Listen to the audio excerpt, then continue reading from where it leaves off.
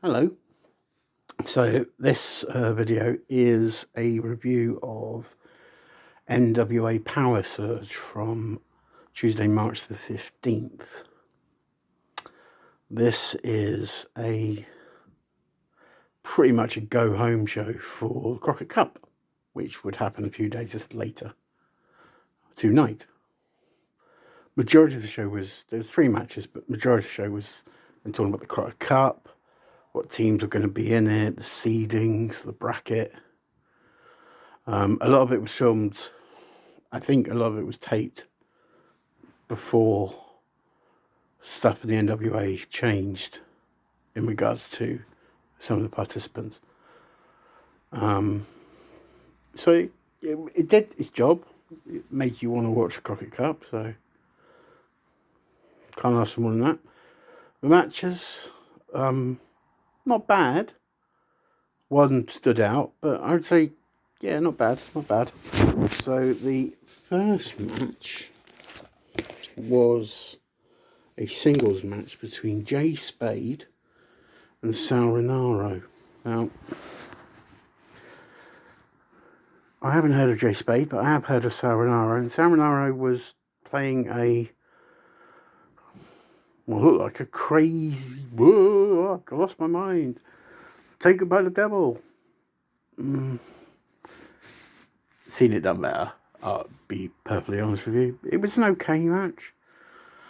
Jay Spade won quite comfortably, really, in the end.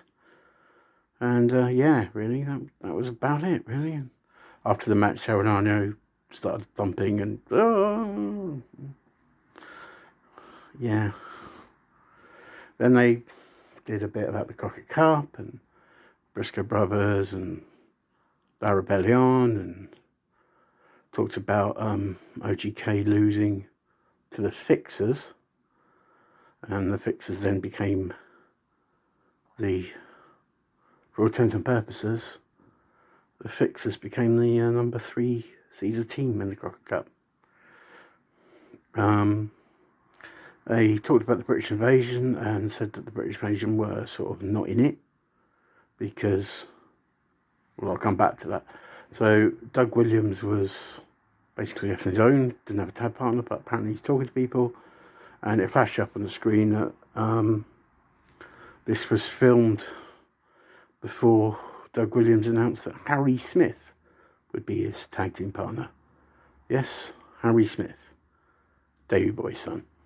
Previously with, well, mainly former tag team champion in WWE, and he came back last year and had a couple of matches, but then got released.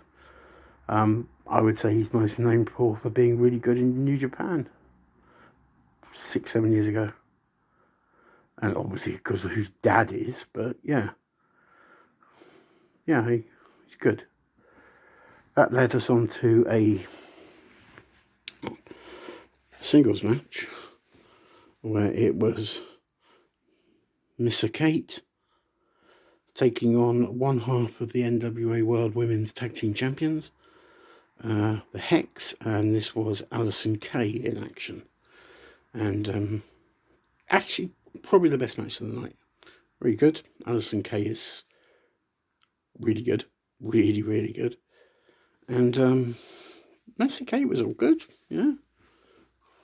First time I'd seen her, so yeah, she was okay. But Allysin Kay won with a big power move, and yeah, got the 3. Then we went back and talked about the Crockett Cup again, which obviously they're going to because it's huge, 2 nights. Hopefully I'll be able to find that somewhere so I can do a review of it. If not, maybe I'll just tell you sort of like in passing. And then the last match this evening was Judas versus Jamie Stanley. Judas managed by Father James Mitchell. Yes, the sinister minister is still around.